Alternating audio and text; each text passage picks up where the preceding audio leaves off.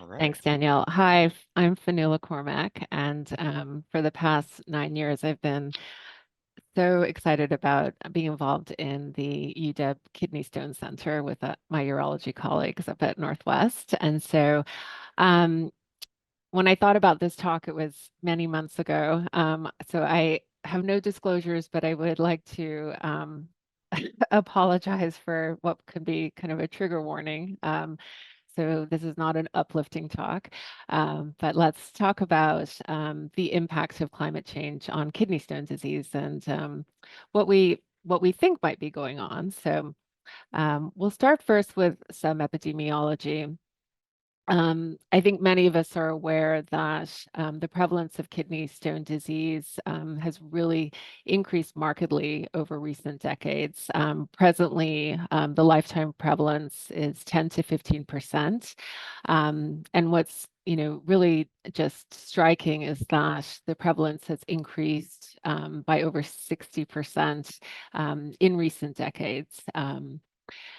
We've known historically kidney stones have always been more prevalent in white males, with white women falling behind them. But I think what is concerning is that the relative rate of increase in kidney stones has increased exponentially in Black patients and non-Hispanic, Hispanic individuals compared to whites. And in one very large retrospective study, this increased rate was over 150% for Black individuals.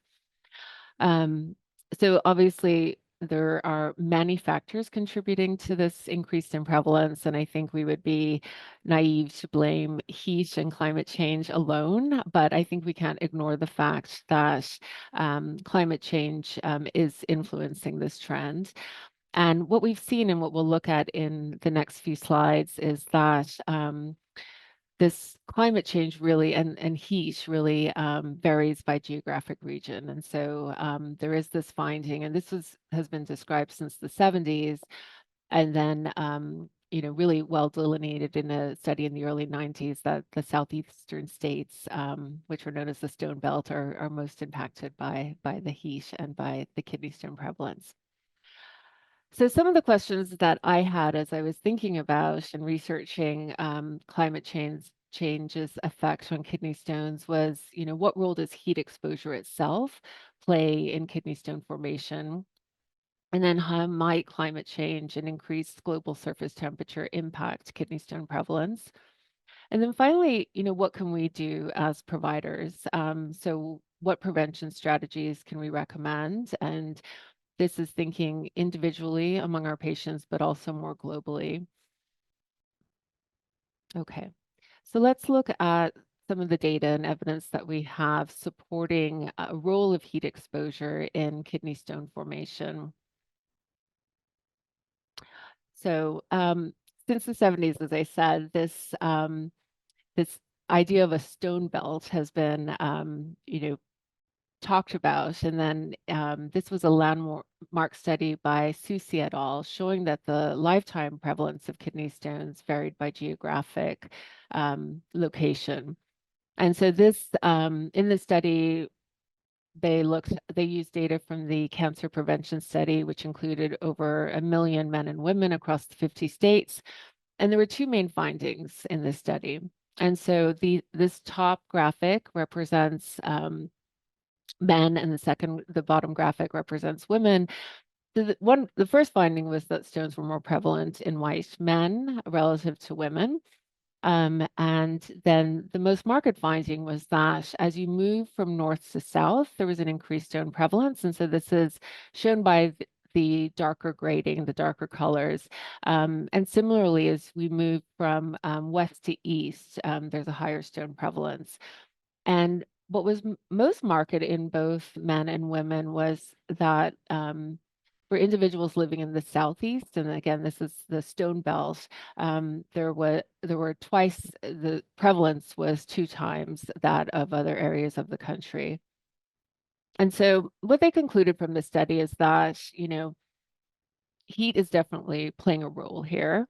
And what they expected was that higher temperatures due to climate change will lead to 2 million new cases of kidney stone presentations by 2050. And we'll look at other data that supports that. So if we go back in time, a lot of our data with respect to heat exposure and stone risk has actually been reported by the military. So I'll just show a couple of studies, and there are many. So this was excuse me, a publication from 1945, and it's descriptive, looking at kidney stone events among deployed military personnel, and they were reported to be in a dry desert area. And so in this study, they report 61 new cases of kidney stones that occurred over the 16 months that these individuals were deployed. And this study is looking at the increased risk of stone formation in Department of Defense personnel who were stationed in Kuwait in 2003. They excluded individuals with any history of kidney stone disease. What it shows essentially is that, people are forming stones in the time that they're there. And they also show that sort of the peak time to stone event was 93 days. So again, trying to eliminate, and I think this is obviously difficult, eliminate anyone with a history of kidney stones. Obviously, these people are not being followed prospectively to see if they indeed did not have stones, but at least all of these stone events were reported in the times that they were there. Um, so this is a really nice review which summarizes, a lot of the studies that have been done on heat exposure and stone risk. This is by Goldfarb's group, and what we can see here is that there these studies all look at different cities, which I have labeled here on the left-hand side. And they're essentially looking, collectively what these studies are showing is that when they have looked at acute heat exposure, they're noticing an increased prevalence of emergency room visits or hospitalizations for a stone event.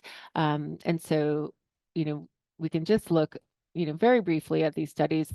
This one was looking at emergency room visits in Colorado, showing that when there was a increase of 5 degrees Celsius in temperature, there was a 13% increased risk of a kidney stone presentation. And then as you go through this, we see that the rates, vary anywhere from 13% to as high as 70%. And in fact, in this study in South Carolina, there was actually a reported 73% increase in men. And this was on days when the temperature exceeded 99th percentile of the average temperature. This study, I'll just point out, was interesting in that it looked at 5 different cities, and the increased risk of stones was lowest in Philadelphia at 11%, and then highest lowest in Los Angeles at 11%, and highest in Philadelphia at 47%. So again, just studies, and these, or certainly not all of them, but describing, a relationship between heat exposure and kidney stone events.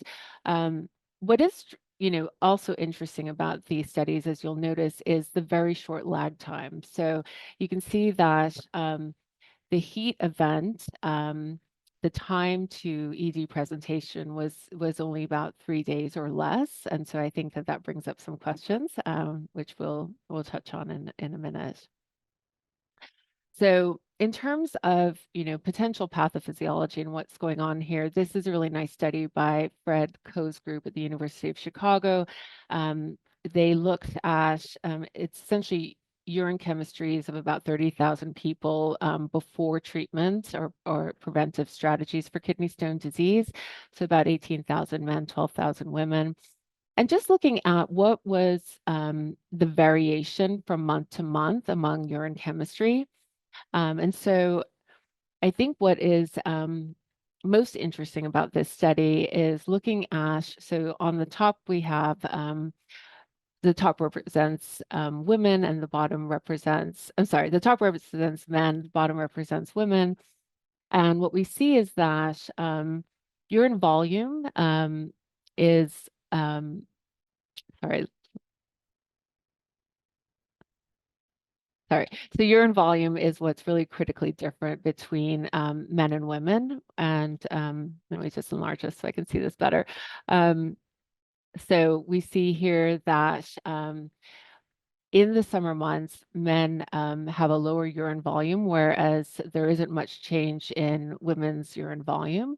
And then what's most importantly, one thing that we always think about when we consider stone risk and we're looking at 24-hour urine collections is the supersaturation. And so we see here that the supersaturation in men is considerably higher in the summer and lower actually in women. And so what I'll just point out that's interesting from this study is that the urinary supersaturation was much higher in women in around November and December. And Fred Coe pointed out that Thanksgiving and Christmas season seem to be a special peril, maybe when women are shopping and get dehydrated. Um, so if we think about how climate change might have an impact here and be how increased global surface temperature may be impacting kidney stone prevalence. The thought is that heat exposure leads to transdermal water losses. And so one thing that we question when we think about, why men might be more susceptible is potentially differences in thermoregulation and transdermal water loss.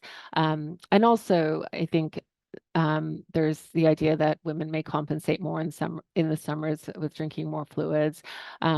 But less urine volume leads to vasopressin-mediated reabsorption of water, or sorry, water loss leads to the kidneys holding on to more water, a more concentrated urine, which in turn increases the urine osmolality and then increase supersaturation. Um, in terms of the question of, why would we have stone presentations, so soon after a heat event? I think when we think about how long it takes to form stones, there's a lot of unknowns, but probably weeks to months.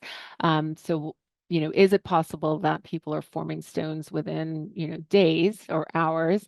I think one thought about that is that, having less urine volume and maybe a more turbulent urine flow in the setting of a volume depletion stage actually disrupts the renal papilla and may actually cause a stone that's already there to just flick off. So these are unknowns, but it is an interesting observation. So, in thinking about how climate change may impact the already increasing prevalence, we want to look at this, which is just a report by the Intergovernmental Panel on Climate Change, essentially showing us graphically that climate change is an undeniable reality. And in fact, over the last 100 years, it's estimated that the surface temperature increased by 1.1 degrees Celsius. This is a change that's largely attributed to greenhouse gases. And what's more sobering is their report showing, what we can expect in terms of how red the globe will look graphically with potential further increases in temperature. So this is, where we are today with our 1.1 Celsius warmth and just looking graphically at, how things might look with as high as a 4 degrees Celsius increase in global surface temperature. So what does this mean for kidney stone disease? So we talked about the stone belt in the southeastern states and how temperature, is likely influencing that higher prevalence. And so this is a model by a group, Rakowski et al., where they've predicted what might happen to the stone belt with increased temperatures.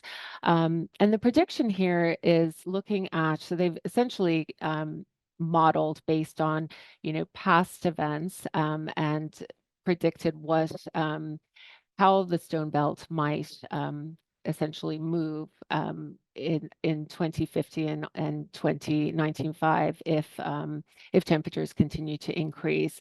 And so the prediction is that there'll be over 2 million new cases of kidney stone disease, and that is a plague to patients, but then economically huge costs associated with kidney stone disease and emergency room visits.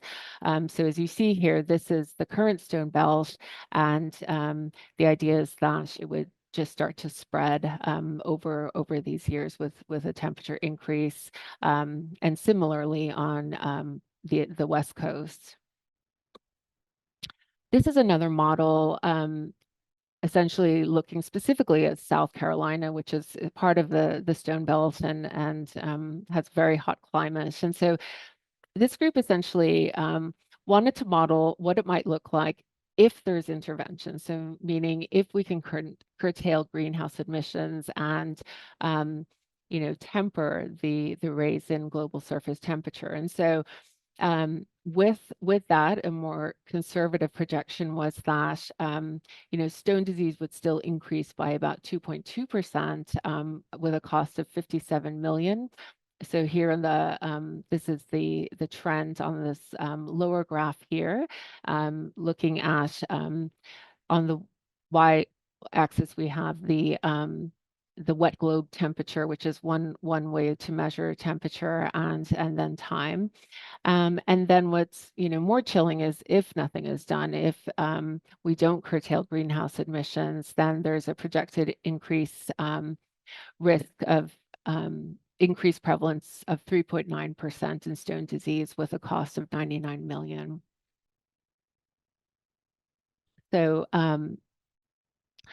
this brings us to, how specifically are cities impacted by heat? So we can look globally at trends, both, across the world, but then also in the United States, but what's happening at the level of cities. And this brings up the concept of urban heat islands. So this is a publication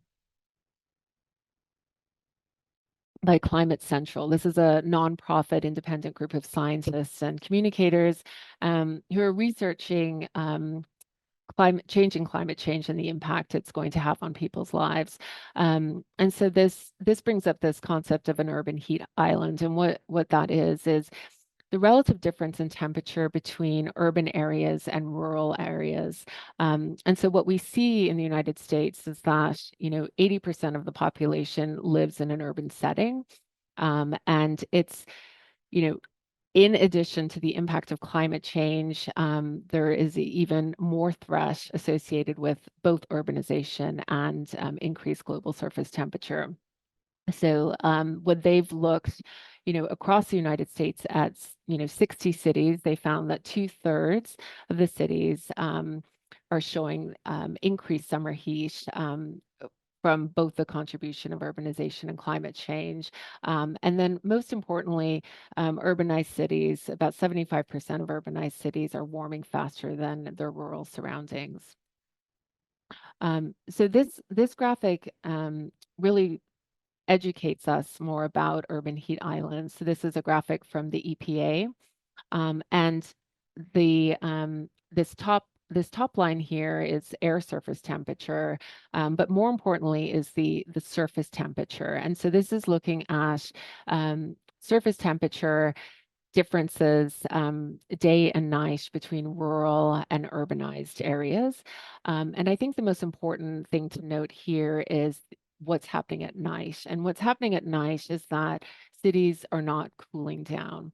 And so I think that is really impactful. And some people who are thinking about kidney stone disease are also thinking about the fact that, it's often at night that people might be more dehydrated, have more concentrated urine. So maybe this is is one of the factors that's impacting kidney stone disease. And so I'll just, one fact that that has presented is, the city of Phoenix in the 2020s, half of their nights were abnormally hot. So we're just not having an appropriate temperature drop at night. And I think the important thing here is that, the people who are most affected by this are minoritized populations. So we're going to spend a bit on that, spend a bit of time talking about that. Before we do that, we'll just focus in on Seattle, which is one of the 10 cities with the most intense summer urban heat islands, looking just over the last 10 years. Um, and what's chilling is that, we've had the most hot days, in the last 20 years. So, I point this out just to say that when this article, or when this was published, and there was also a publication in the Seattle Times, we were cited as being, the least air-conditioned city in the country. I think that's changing. So I just want to just really emphasize the point of how our minoritized populations are affected by urbanization, urban heat islands, and our increasing temperatures. So many of us have heard of redlining, and I was reminded as I was looking, researching this topic, of this article that was published in the New York Times in 2020. And redlining was essentially an effort in the 1930s, when the federal government was essentially giving out loans for mortgages, and they decided to essentially mark different neighborhoods, and a red line was essentially marking a neighborhood as being hazardous. And of course, these were areas that were largely Hi, Fanula. yes. Sorry, I don't know if it's just me, but I seem to have lost your sound. Are Oh, others able to hear you? Yes. oh, Yep. okay. Yes. Able to hear. Oh, maybe it Okay. is me. Okay, Sorry. thanks. Um, so, 'Cause I can't hear you either, Raj. oh, okay, so I'll keep going. Okay, I'm sorry So if I interrupted. I'll no work on worries, my sound not on at this all, end. not at all. So of course, these were neighborhoods largely comprised of minoritized individuals. So I'll just go through some of these pictures because I think they're really helpful in thinking about the impact of climate change in these areas. So this is outside of Richmond, Virginia, and these are the areas that were redlined. And of course, these were areas that were predominantly Black. And what you can see is that these are the hottest parts of town. And so what the reason for this is concrete buildings that retain heat and then radiate heat at night. There's not a lot of green space. You can see here that the white neighborhoods are much cooler. There's less green space and more concrete. And so what studies have found is these red line neighborhoods on average are 5 degrees hotter, sometimes as high as 15 degrees hotter. This study further demonstrates how climate change will exacerbate inequities in the United States. So this is looking at mean temperatures across these cities, and the relative difference you can see between, we'll just look at Portland, between, at what had been using these grades that were sort of defined in the 1930s, the difference between a grade area, which would be predominantly white, and a hazardous area is a difference of 12 degrees, which is, just really concerning. And you can see this across all of these cities. So in our last few slides, the question is, how can we impact this as providers, and what prevention strategies will be most practical and impactful for our patients? So I think that this message is really powerful. This is published by a medical consortium on climate and health, and really sending us the message that that climate change is real, and as providers, it's important that we send this message, that we have consistent, clear messaging for our patients, and we repeat it often, and so it's just this very simple thing that I think, some of us are incorporating in our practice, just saying this is real, it's affecting us, and the majority of people agree. We have science behind it, and it's bad. But we can make a difference, and I think just in terms of the impact that we can make at a small level just with our patients is education about hydration, and at least moving into green spaces during hotter days or cooling centers. And I think a lot of the intervention that I do with kidney stone prevention is a lot of um, counseling about dietary changes. So, before even thinking about climate change, we're always talking to our patients about increasing fluid intake. So I think this really highlights why it's even more important. But I spent a lot of time talking about diet, and I'll just say that, when we have patients, especially with higher calcium in their urine, we always quote studies about increase animal protein intake, kind of increasing urinary calcium excretion. And so we're focusing on it more from a, looking at sort of the mineral composition of the urine. But I think in terms of more globally thinking about climate, I was really struck by this data. So this is a collaborative effort. It's called Our World in Data, a collaborative effort between researchers at the University of Oxford.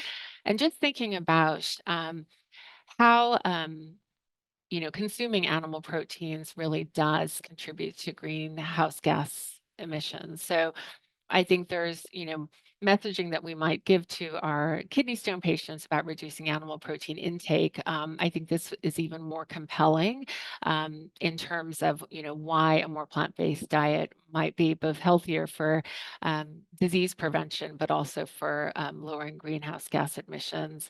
And similarly, I always emphasize the importance of calcium intake for kidney stone prevention, and get very excited when my patients tell me that they haven't given up dairy, which many of them do when they learn that they have calcium stones. But I think from this, we might also want to advocate for non-dairy based milks that are calcium fortified. So I thought that this was also a finding that was really impactful. So my take-home points are that kidney stone disease is common, and we are going to see more and more of it, and we expect the prevalence will continue to rise with climate change.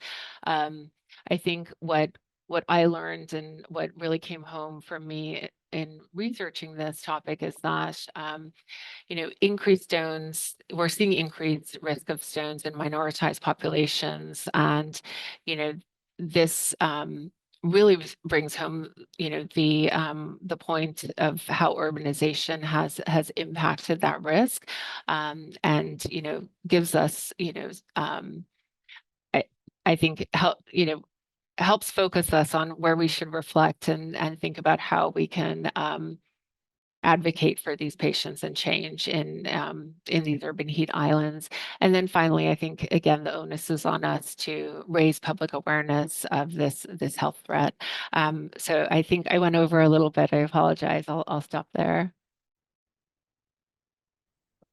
Thank you so much, Fionnuala. That was a very engaging talk, and as you mentioned, you know, maybe not the lightest talk, but I think clearly we have work to do. And I think a good way, we hear so much about climate change, but not so much a focus in this area. So thank you for enlightening us. We maybe have time for maybe one or two questions. I had one quick question actually while we're at it. Fionnuala, did you come across did you notice if there was an increase in any specific type of kidney stone related to climate change? or just Yeah. all stones in general? Yeah, that hasn't been looked at. I mean, I think it would still be, the most common stone is calcium oxalate. I mean, that comprises about 80% of the stones that we see. Um, I found what the interesting questions that I had as I researched this is, why is it that some people are, predisposed or more prone to getting kidney stones versus we think about the other impacts of heat on the kidneys and things like the Mesoamerican nephropathy. And there's also a phenomenon of chronic kidney disease of unknown origin, which have been described in hotter climates. So yeah, why are some people getting stones and others not? And so I think it's really more complicated. I think Dr. Dooley has a question. Great talk, Fionnuala. I wish I'd heard something like that when I was at the U doing my nephrology fellowship, but obviously it wasn't as much in the fore at the time. Just a quick comment on what you can do. I work in this stuff almost every day with Washington Physicians for Social Responsibility, and I was at a climate conference in Thurston County just last weekend on heat resilience, and we are very badly prepared for heat events in particularly in Seattle and King County. So one of the things you can do is work on that. Cooling centers are a great idea, but we know even our dialysis patients can't get to their visits. I don't know how, Right. older people without resources are going to be able to get to cooling centers. So doing things on the block level, knowing who your neighbors are, and what you can do is every day I ask patients, look, the heat is coming. What's your plan for when the temperatures go up? Do you have a heat pump? Do you have air conditioning? And then I ask them, what are you going to do when the power goes out? Do you know your neighbors? And I ask people, do they know their neighbors? And they don't. And part of that is how we've designed our land use in Washington State in the United States. It's centered around cars rather than communities. And one last thing, I see Portland has a fantastic program called Cooling Portland, which is a tax, and they're installing heat pumps they've already done it in 15,000 low-income homes. They're aiming for 25,000. I don't think we have anything like that in Seattle, and it's something to work on in policy. So if anybody's interested, just contact me. I work on this all the time. Yeah, a plug for Washington Physicians for Social Responsibility. So that's something that I think I would encourage everyone to get involved in. All right. Well, thank you so much. That was really, really wonderful. For the sake of time, I think we can continue. If there are any other questions or discussion, we can continue in the chat.